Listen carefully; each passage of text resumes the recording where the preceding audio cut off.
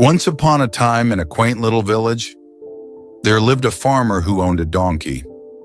This donkey, once a diligent worker, had grown old and wasn't much use on the farm anymore. Recognizing this, the farmer allowed him to spend his days leisurely grazing in the open fields.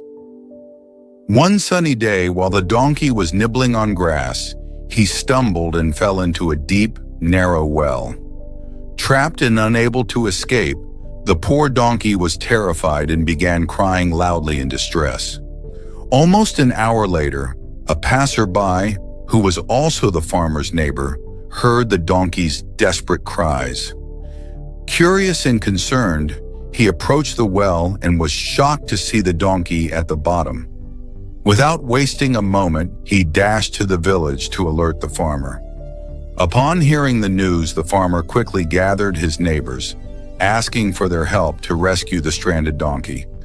They all hurried to the well, where they found the donkey looking pitiful and helpless, with tears pooling in his eyes.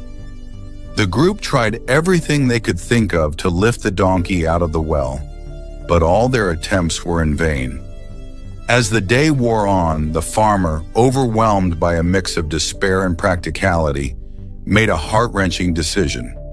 He concluded that the donkey was too old, and rescuing him might be impossible. Resigned to his decision, he instructed his neighbors to fill the well with dirt, intending to put the donkey to rest. Reluctantly, the neighbors picked up shovels and began to throw dirt into the well. As the dirt began to bury him, the donkey's heart sank further. Realizing what his master had decided, he cried out louder in anguish. But as more dirt rained down, a spark of resilience ignited within him. With each shovel of dirt that landed on his back, the donkey did something remarkable.